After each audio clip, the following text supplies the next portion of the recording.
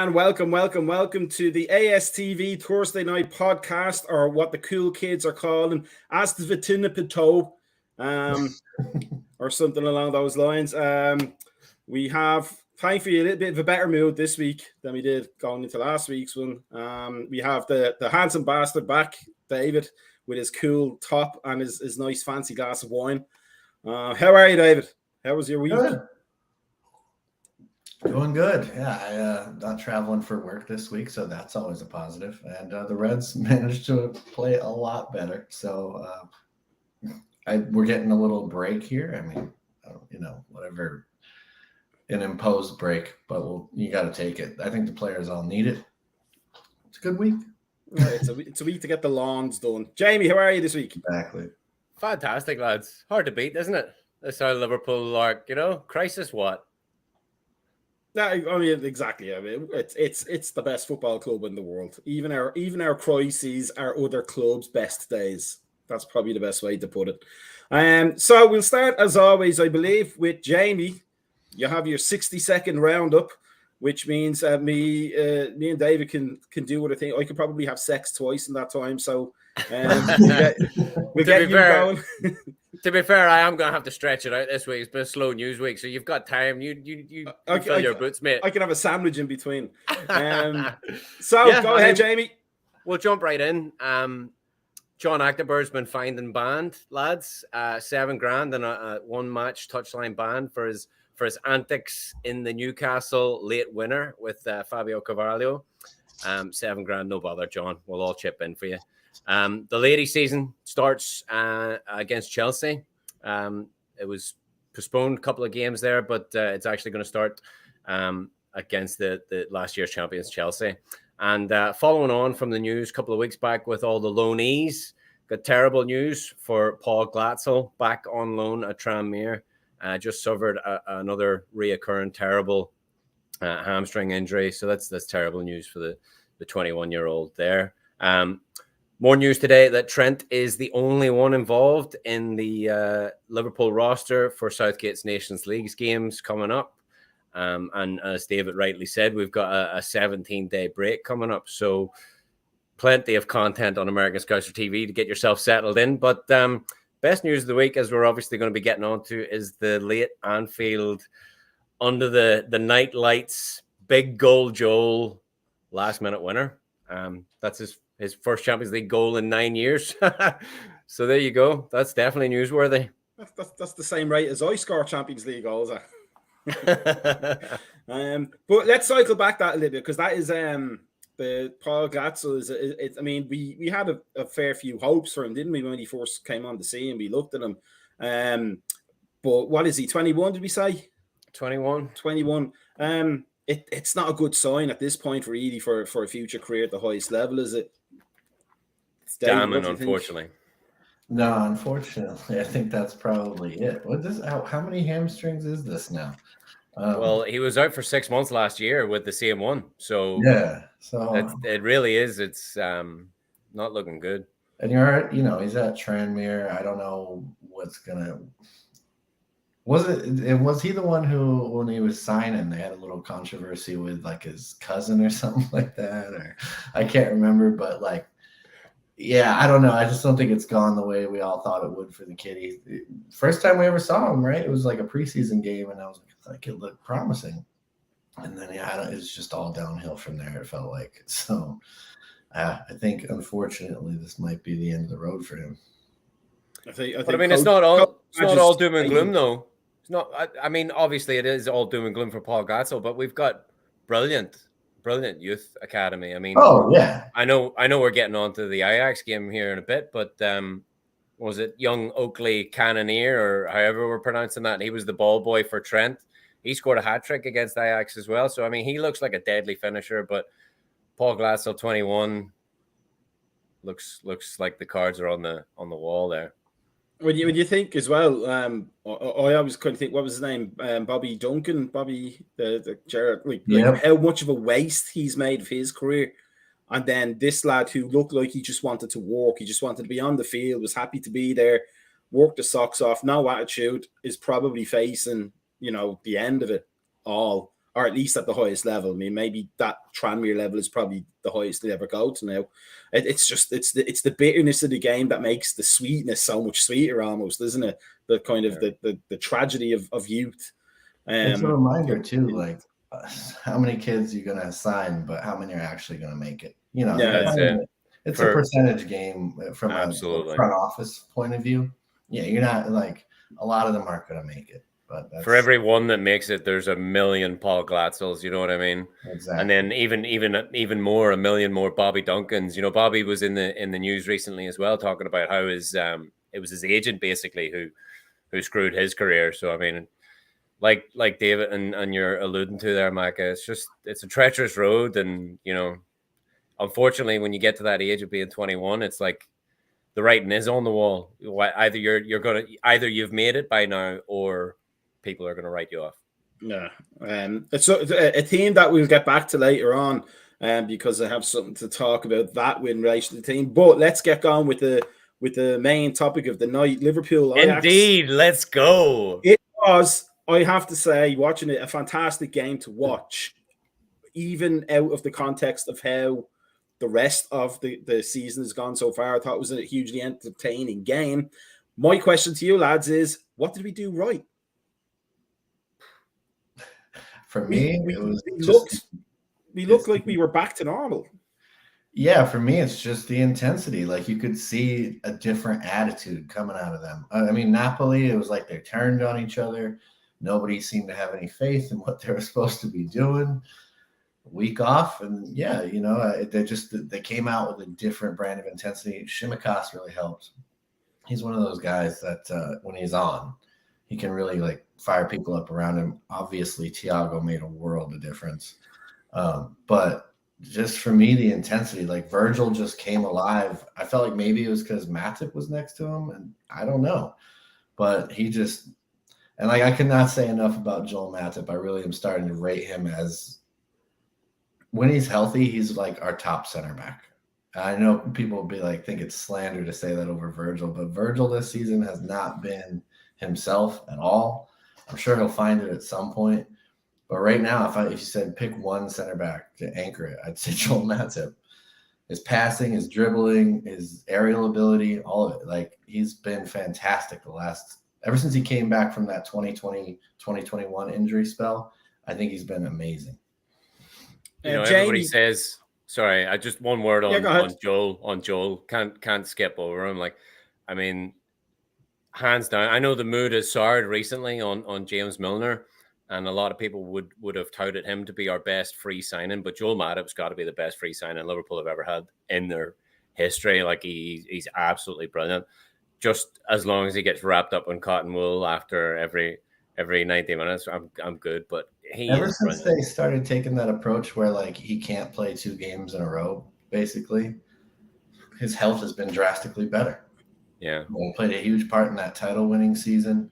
He played a huge part last season. So I don't know if you give. And we all know he doesn't do internationals. You know, the whole Cameroon thing. Yeah. So he doesn't need to worry about that. I mean, he's Liverpool through and through, and it's brilliant. He's just a breath of fresh air coming out from the back, and Konate is the future. And I mean, we could talk all day about you know, Joe Gomez, but Matip's fantastic. Just he's different. You know, the way he carries the ball. I've tried and looked everywhere for his ball carrying yards, like as if I know anything about American football or anything. But like, you know, when you're trying to like carry, I'm pretty sure he carries his balls with him all the time, Jamie. Well, everywhere he goes. They must be that. I honestly think they're that big. He needs somebody else to carry them. That's what Virgil's for. But what I want to say is, what I wanted to ask was, and it relates to Matip as well, in the difference between the Napoli team and the Ajax team in terms of the lineup was we had Matip in, we had Tsimikas in, and we had Jota in up front, and Thiago crucially in central midfield. Was the energy maybe a lot more to do with the synergy of the players we had out there as opposed to the week before?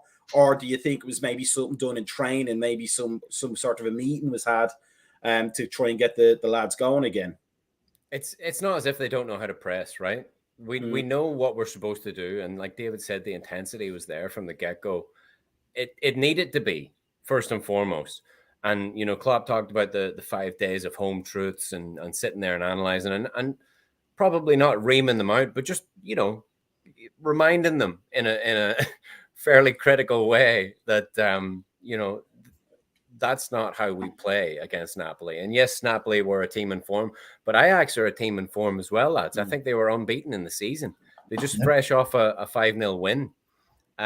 You asked David what we did right. We done everything right. We pressed from the front. We had the determination, the grit.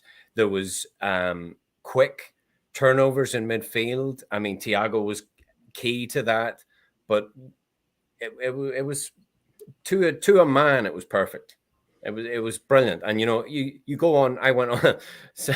I did take a little turn on to the Ajax Reddit page, and they all thought that we probably could have routed them 5 or 6. And I do want to give a lot of credit to Ajax, first and foremost to their fans, because they were exemplary apparently throughout town and in the stadium themselves. Like they made a real good account of themselves, and they always will do. Look, they're European royalty, same as we are, and it really felt like that. It felt like a really big game.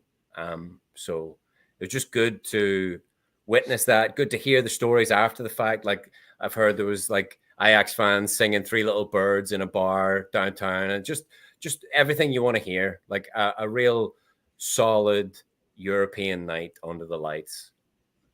David, because you mentioned him earlier, like we talked last week when you weren't here, skiving.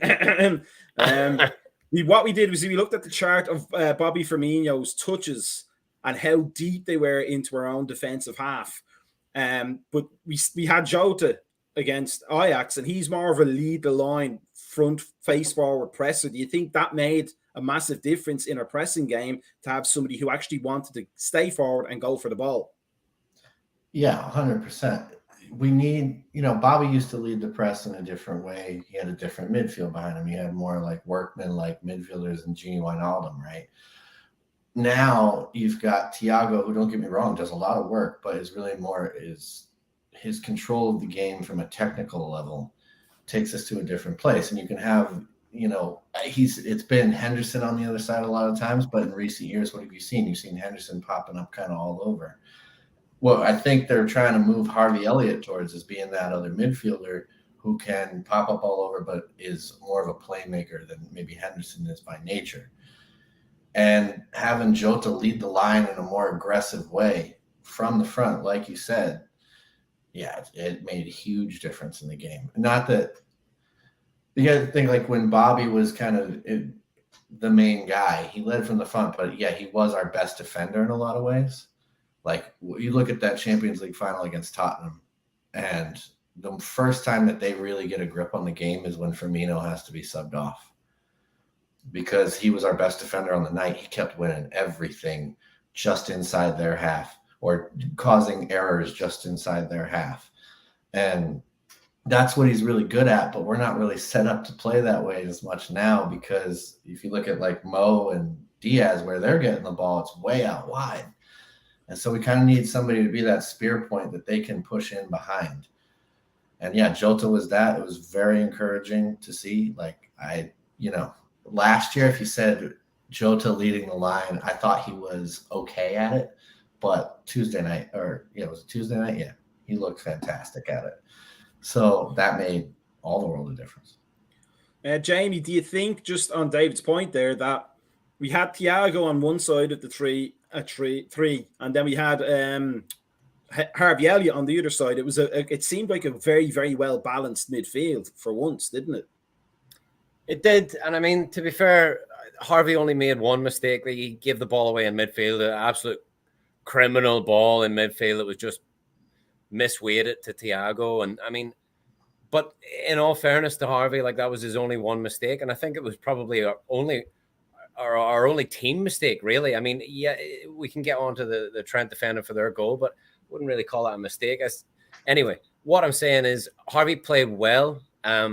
some strange reason had black boots on in first half and orange boots on in the second half. Yeah, what was that? Yeah, I mean, maybe it was like not comfortable in them. I mean, you know what you're like we're all creatures of comfort, and we all have our favorite boots or our favorite socks and things like that we like to wear. At least I did anyway when I played.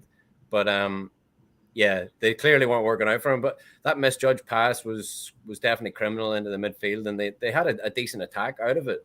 But I really think we done everything right in midfield. The passes were zipping. It was Thiago's turns, his little jukes, classic little feints and shimmies.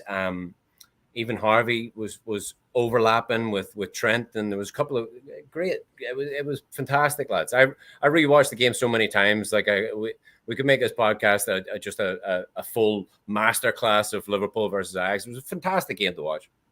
Well, even on top of, sorry, Dave, go. I was just saying, you mentioned something there about Trent on the overlap. Another thing I think made a huge difference was in the first half, especially, or like about first 30 minutes. I felt like, okay, in recent games, Trent has been kind of coming into the middle to receive the ball, and it's left a lot of space vacated behind him, but it's also kind of changed the shape a little bit. He was getting down the sideline a lot more in the early portion of this game and overlapping with Salah, with Harvey, whoever it was. I thought that yielded a lot of positive things and kind of pinned them back and allowed Harvey to play a little bit more central, kind of where you would expect a midfielder to be. So, I think that was part of the tactical plan that kind of helped. But I think, so even when Harvey lost that ball, I think it was Diaz who tracked back, and then Jota was closing off the channels as well. Like we were really pressing from the front, and we were wide, but we were also very compact as well there. And when with the ball, we weren't as wide as usual, even though we just had everything. It was a great game to watch, lads. And I mean, I don't know, like it was just brilliant. I could go on nonstop, but so just on a tactical point, because that's an interesting point about Trent being able to stay wide. Do we think that because it was a very well in terms of the tactical shape, it was a proper midfield triangle. It was Fabinho holding, Thiago on the left side, Harvey on the right side. Do we think that maybe there was no need for Trent to come in and cover because we didn't have midfielders running all over the place, leaving gaps all the time? Even though we've said it's probably an intentional thing that the fullbacks were coming inside. But the balance in the midfield meant that Trent could make those wide runs, and we were covered, as you said, almost literally everywhere. So, is that the future for us, is to make sure we go back to that well-balanced midfield? Yeah, I think it's a shout back to the past, right? That's kind of where we were. I feel like the move to try to get Trent into the middle was because I feel like he's a big playmaker. So they wanted to push him into the middle so that he could make more things happen. But it's just been a little off in terms of the shape. And I think it's part of why Salah has been getting the ball so wide. And yeah, I don't know if maybe it is. We just go back to what was working on that side. Jamie, just on that quick one on Trent, he is a playmaker, but his playmaking tends to be from the outside fullback, wingback areas, really, isn't it? And having that, we'll get to the stats later, but having that outlet back out wide, and Tsimikas did a fantastic job replacing Robertson, I thought, on the other side. We were getting wide services from players who were used to giving wide services rather than creating from the middle. Not to say that he can't do it, but he's not used to doing it. Do you think that maybe a light bulb may have went off and said, Trent is creative, let's play him where he's creative? Yeah, I mean, absolutely. And look, I see the comments here are kicking off. So definitely, lads, get involved in the comments, because Bickler, Alan Walnut, Tamuchin, everybody's in there. Let us know your thoughts. But yeah, I mean, I thought it was fantastic to see Trent's involvement. And look, we can fast forward to the second half as well. There's definitely another thing I want to talk about, is that moment where Mo Salah tracks back. He's all the way up front in the attack, then tracks back and then goes all out again and nearly scores the goal. Like, there was so many good moments of employing that intensity. Intensity is our identity. It's been our curse this season. But look, we had it back today, and everybody will say, yes, it's very easy to look good against Ajax when we were so poor against Napoli. But I think people like Tsimikas was fantastic as well. I mean, his delivery, his involvement in the game was first class. But Trent's creativity, like you were saying, is from doing what he knows best and sticking to that. And I thought he played well defensively too, lads. I mean, everybody calls him out defensively, but I think he played really well. And I mean, we can analyze their goal. I'm sure we'll get to that next. It's he gets beat by a decent pass on the outside, and then Joel Matip gets nutmegged. So it's not necessarily, it's a culmination of things. I'm not going to lay it solely on Trent. And look, there's an awful lot of early criticisms. Everybody's and look, Bickler's right there, has averaged an assist. Costas, Tsimikas, Artsemi has averaged an assist every 72 minutes this season of football. 72 minutes. He's picked up where Robbo and Trent have left off. And I think it's brilliant because what it does is it gives a chance for him to relax at Robbo. He's obviously on the sidelines with a knee knock out for internationals. Maybe it's just quality Scottish shithousery, but he doesn't want to play the internationals and he's got a knee knock in the 93rd minute. He only felt it the day after the game. Who knows? Could be right. But could be right. But I think it's brilliant. It offers a bit of substance there. If only Calvin Ramsey was real and was the epitome of Tsimikas on the left with the right foot, it would be brilliant to give Trent that rest. But we're spoiled for fullbacks. Like, just before you move on to the goal and all that, and I just keep thinking of Trent.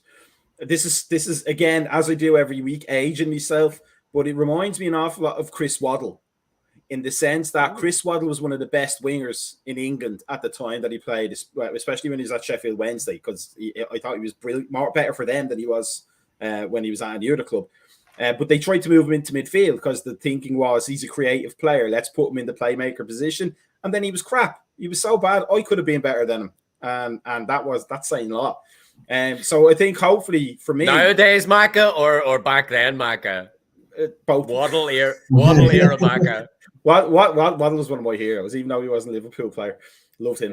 Yeah. But yeah, hopefully maybe, from my opinion, is that the penny drops a little bit and round pegs for round holes, as they say. Trent's a great, wide, creative player, and there's no need to be trying to reinvent his particular wheel. Now on Trent, the question I really want to ask is, did we do anything wrong, including the goal? I like the goal.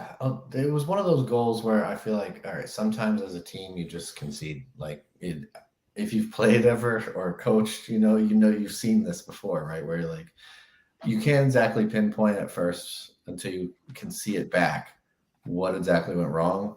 But it's one of those ones where, like, it's a chain of events, right? Like Tsimikas gives the ball forward, a series of events occur. Like you said, Joel Matip gets nutmegged. Virgil blocks off most of the goal and kind of invites the guy to try to go top. Virgil doesn't even stick out a leg. He does that hand behind the back bullshit. Doesn't even stick out a leg fully. I mean, but he's made it. If you look at the angle, right, the guy's got to basically hit the post or like just inside the post. And Allison's got everything low covered, so he's really got to hit the top corner, and then he does. Yeah. So it's kind of like, well, sometimes you give up a goal. That's what it is, Like, you got to remember that the other team is good too, and this is Ajax. They score a lot of goals. This is what they do, and they just got one against us. I mean, I didn't feel that it was that big of a deal at the time. I was like, well, that's shit happens, It is what it is. So here's my research. Wait to hear this. Since losing at Anfield in the group stage in December 2020, Ajax have only lost one of their 42 away matches in all competitions. They're a dangerous team. Yeah. They play a ball on the outside, and look, I seen people saying, "Oh, well, Trent freezes here." Trent has no chance. It freezes or not, he's not gonna. That's a brilliantly weighted ball round the back, and then Matip gets nutmegged. Like that doesn't happen an awful lot. He's got big gangly legs and he loves a good adventure and he's big goal Joel and all the rest. But he's entitled to one of them. That was just good football. You've got to hold your hands up and say, look at the finish, lads. Did we do anything wrong? Yeah, the Anfield ground staff didn't hammer the goalposts in another inch down into the ground. That's all we done wrong. So two things in that for me is number one, as players, I'm sure we all know this as ex-players, but even from like coaching, for any of us who coach, you can't prevent all shots. It's just nearly impossible, especially, or at least when you're at the same level. Teams that are one shot, one goal, wasn't it? One shot, one goal. My thinking of it when I saw it was, give that player that situation 10 more times, he's not scoring that goal. He literally hit it just perfectly on that moment for it to hit the underside of the crossbar.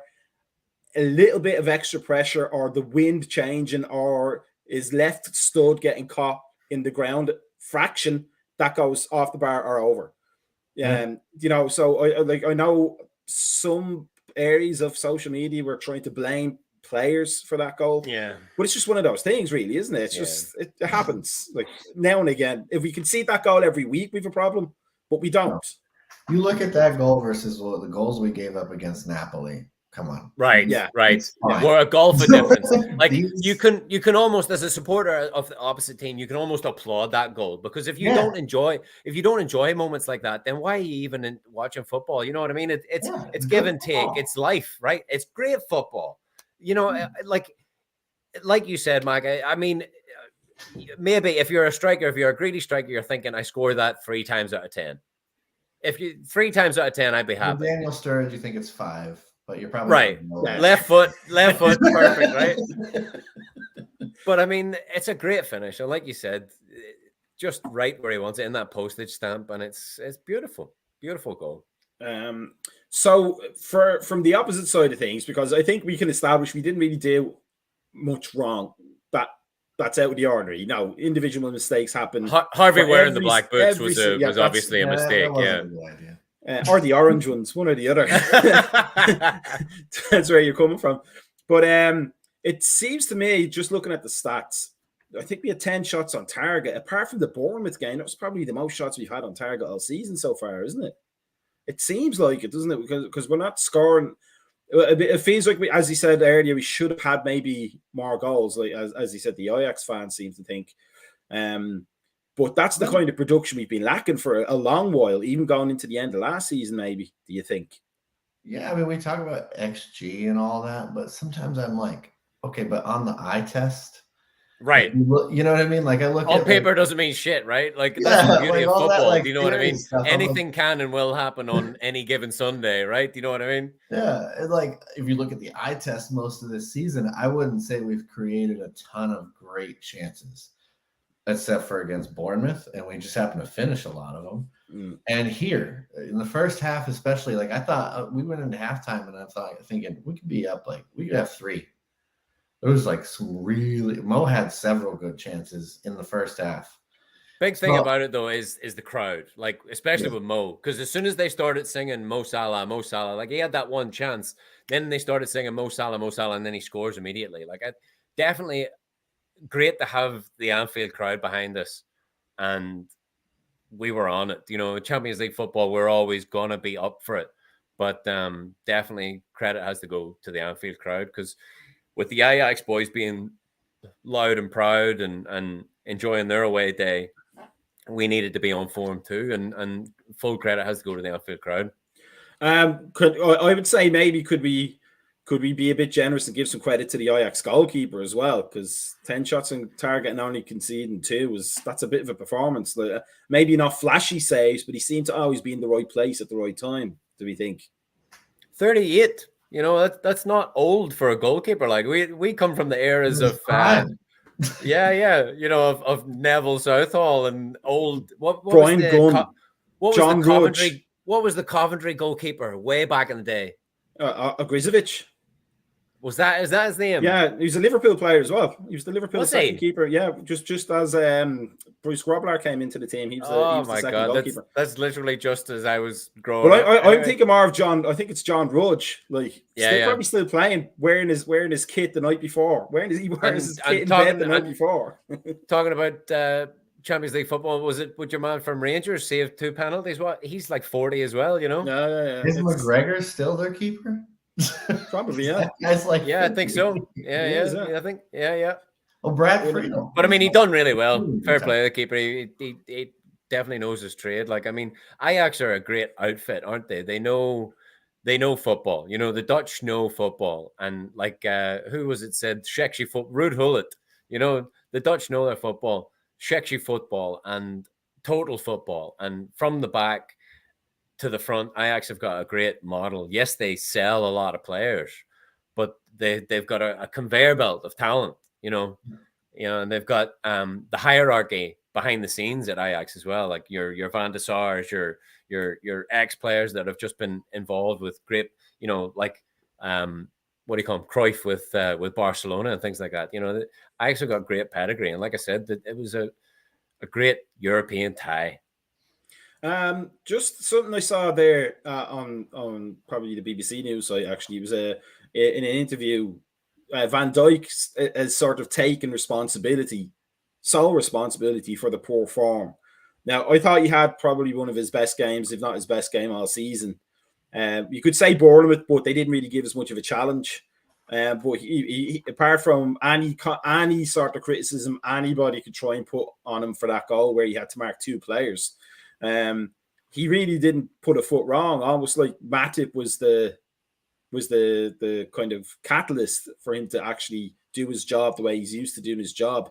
Do you think, going back to what we were saying about, you know, the 5 days of home truths and, you know, whether it was a training thing or a team meeting, do you think maybe we've been lacking proper leadership in a crisis and Van Dijk is stepping up to say, I'm going to be the guy? I hadn't thought about that, but maybe. I mean, you know, leadership. I have a lot of spare time staring at an editing screen, David. I have plenty of time to think about these things. But didn't Hendo say something similar? Hendo came out and admitted his own, you know, fault in proceedings too. So, I mean, I think it's only a good thing. You know, like Jurgen can take a lot of stick from fans, but eventually players have to stand up and take account of what's going on too. You know, you're the 11 that's out there. You're the ones that are putting the effort in or not putting the effort in, as the case in Napoli was. But yeah, I mean, surely it's a good thing. You know, you take account of what's happened in the past. It's in the past. We've now got a 17-day break.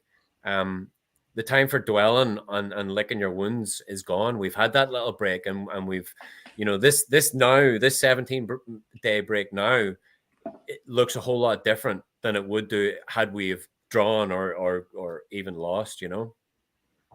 I think as well, it gives them, I think. So my question is almost to go on to almost the next topic with the postponed games this weekend. Like, my thinking is, are we ever going to have a proper preseason again? It seems like we're playing catch up for 2 years ago almost. Does this represent, this 70 days, a good chance? As we always hear managers say, they don't get time to coach. We now have 17 days. Yeah, almost like a winter break where we can actually go back to basics, possibly on the training ground, and get back to what we were like. Do you think this is a great opportunity for Jurgen and the coaching staff to say, here's what we should have been doing weeks ago?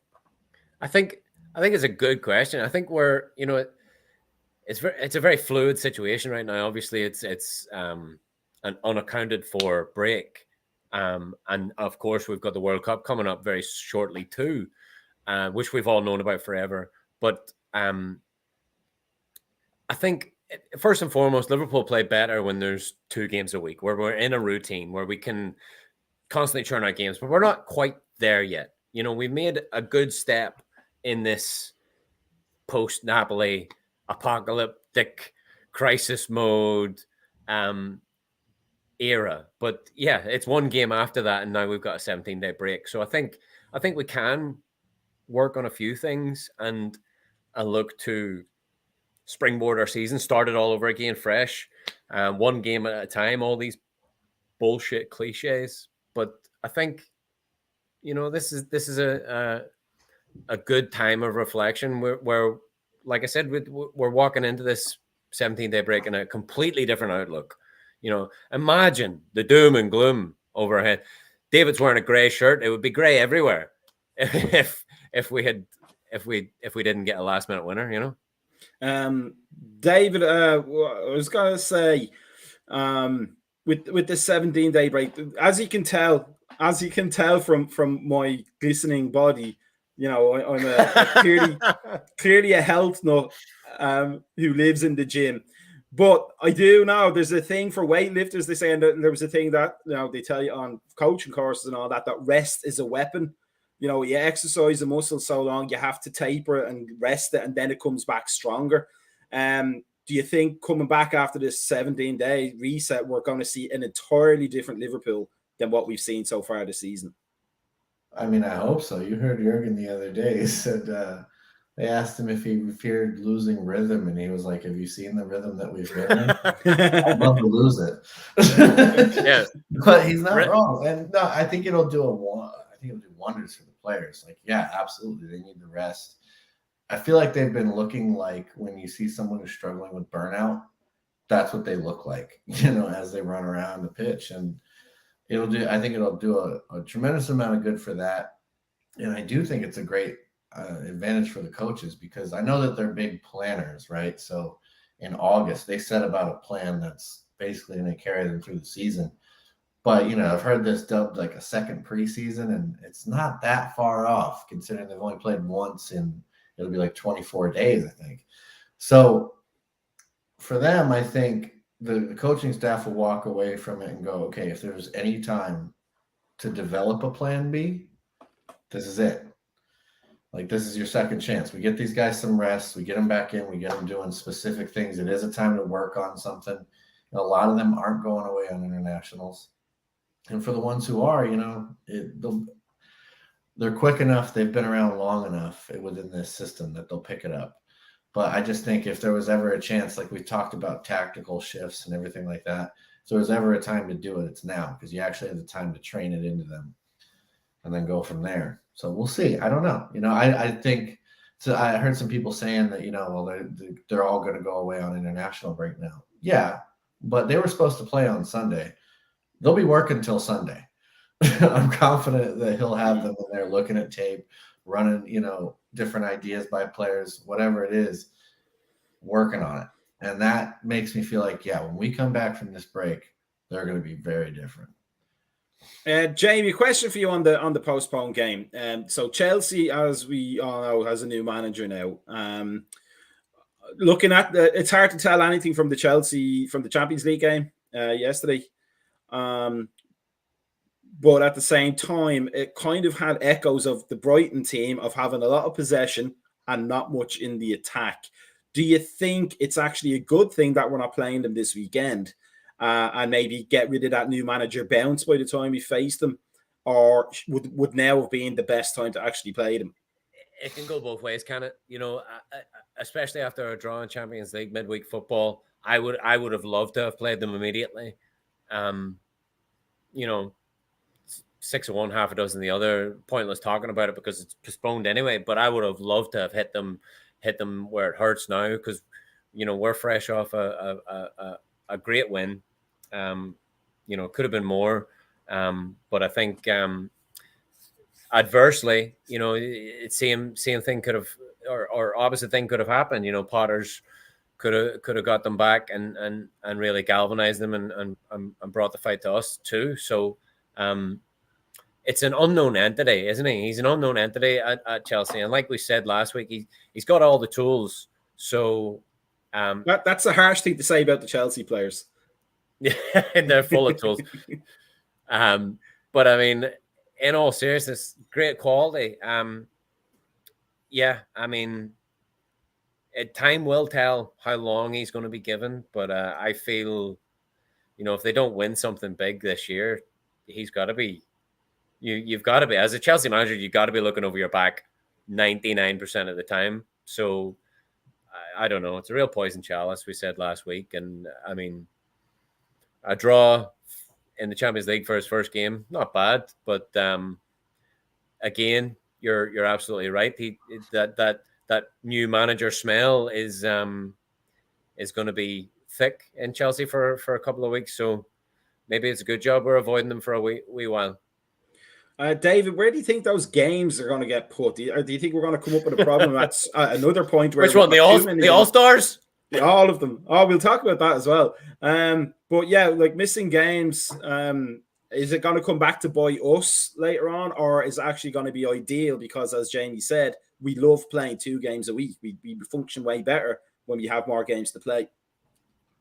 Oh, there's only one place for them to go, right? That's in the second half of the season. So they'll get shoved in there somewhere, and I'm sure it'll be we'll all kind of have second thoughts about it then. But I guess, we couldn't be in much – I don't want to say we couldn't be in worse form, but we all know that this isn't the best version of us that we've seen in recent years. So if there was ever a time to have a delay, I guess this is it. So I'm not it will cause us a headache later, but maybe we get a signing in January that makes a difference. I don't know.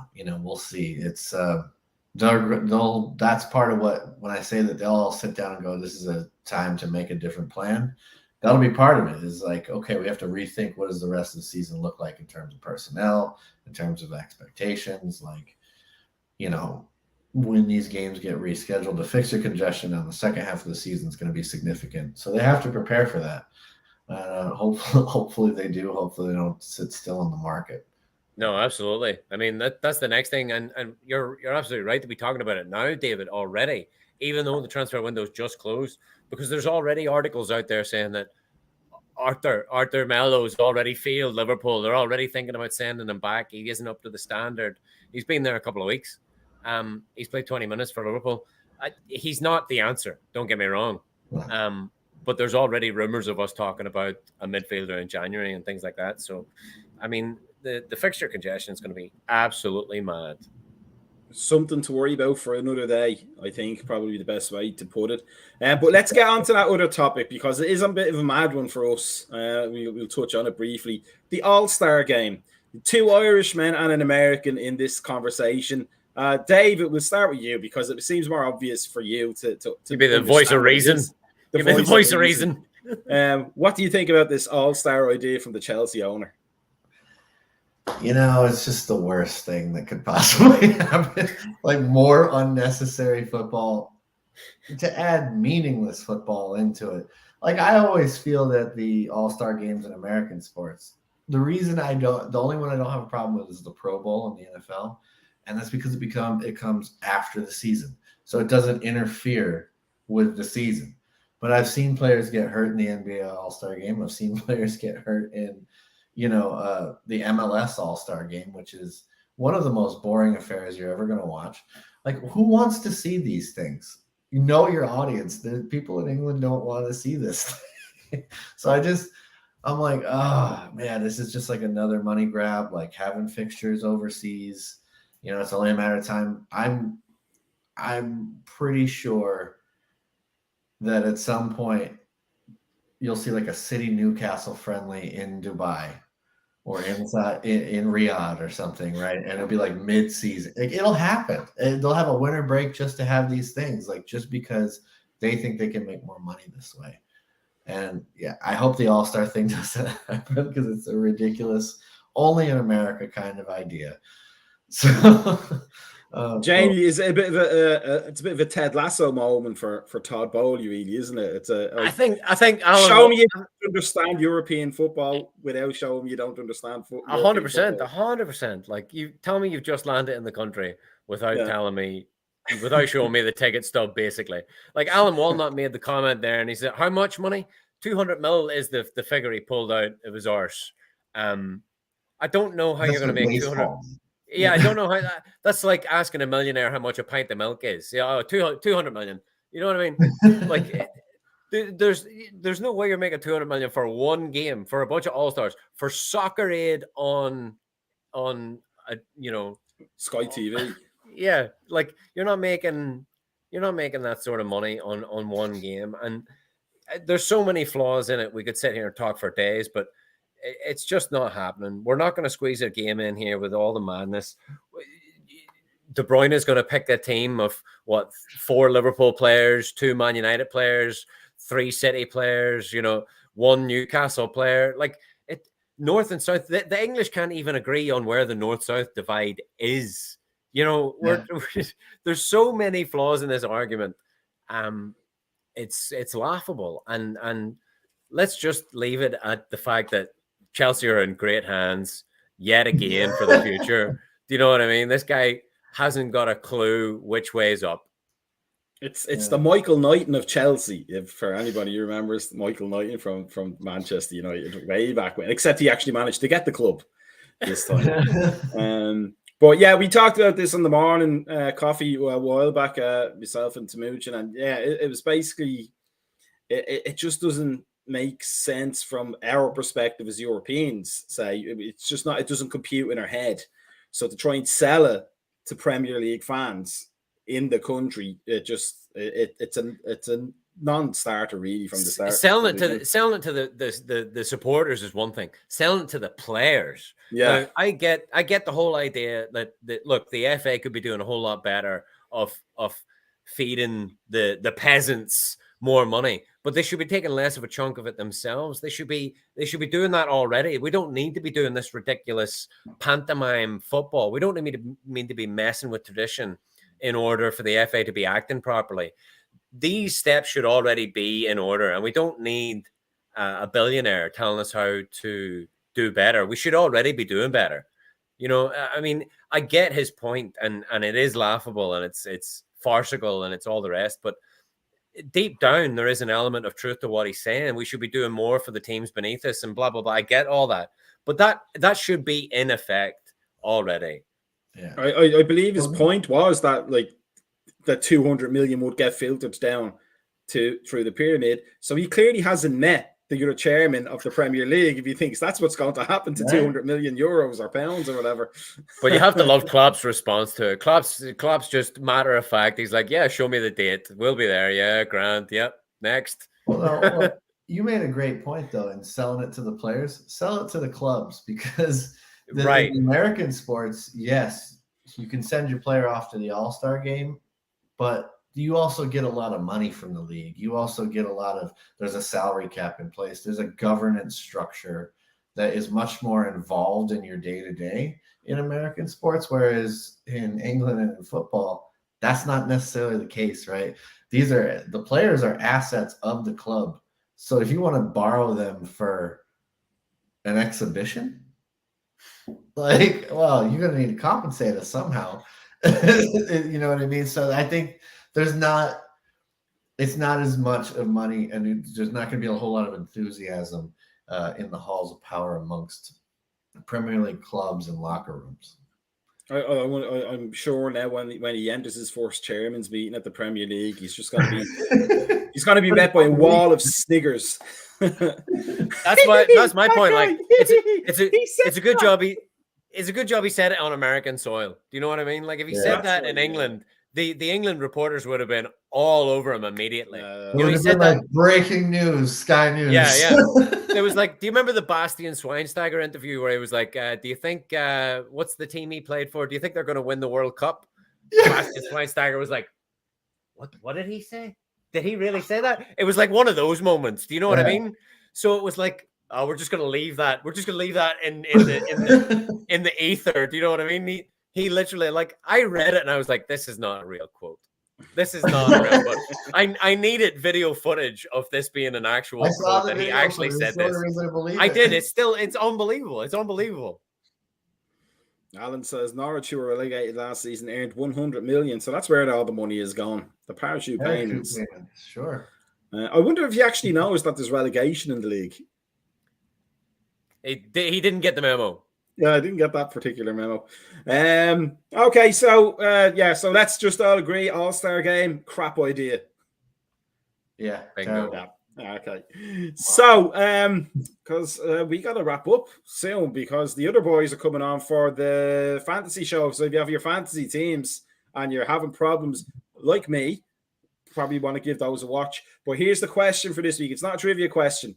It's for both of you. Would you rather be tackled with a knee-crunching tackle by Tommy Smith or would you rather get a Steven Gerrard shot to the face with a ball? Oh, I'll take one to the face. Because if I get up from one to the face from Stevie Gerrard, I'm a fucking hero immediately. There is no chance you're getting up from a Tommy Smith knee cruncher. You're done. That's it. You're done. Your career's over. I've had both in the past, and like right. I have bad knees, and but they heal.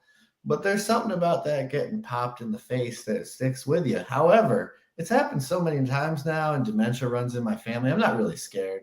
Like, let's just do this. It came off the boot of Stevie G. I'll take it on the face. Let's do this. I gotta tell you that the one thing because I also got smashed in the face with the ball several times because I couldn't head the ball mostly. But there's one sound that I remember from it. It's pelt. That's what it sounds like when it hits you. The air just goes pelt like that. Yeah, like. You can feel the inside of your skull for a minute, and then you kind of go black. Just a blackout. But I will say the great thing about getting a knee crunch and tackle from Tommy Smith is years later, you'll know when the weather's changing.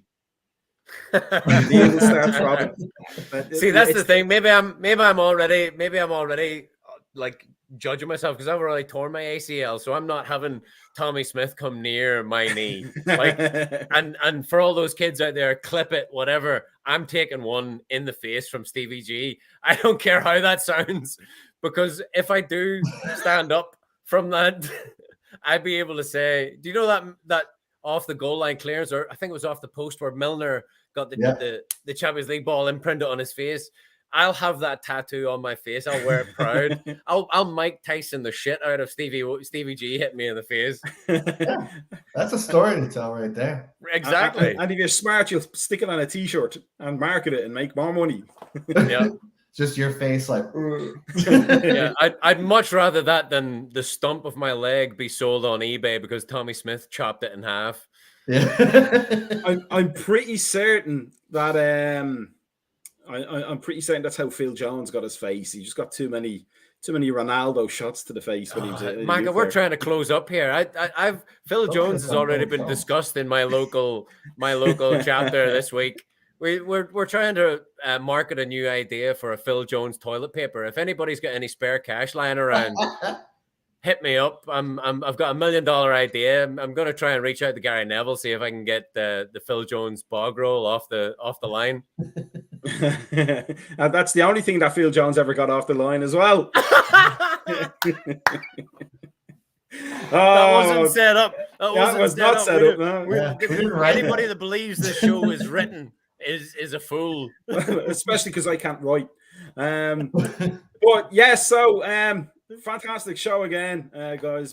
For people watching and who will watch, like and subscribe. If you don't, as I said, we'll come live in your house. We'll make David be in the front window because he's the best looking of the three of us. Hands down. But don't go anywhere because it's a double header. We've got the double header. Fancy football show coming straight up. If you're a pathetic loser like me and you don't know how to set your team up, Matthews and Gally will be the ones to listen to. They'll be the wise old owls. We will be back next Thursday, the same bat time, the same bat channel, unless we change it. And then morning coffee in the morning with Smooching. So get on those likes, get on those subscribes, and thank you for being here, boys. Thank you, Jamie. Thank you, David. And we will see you next week. Up the last minute, Reds. Up the last minute, Reds.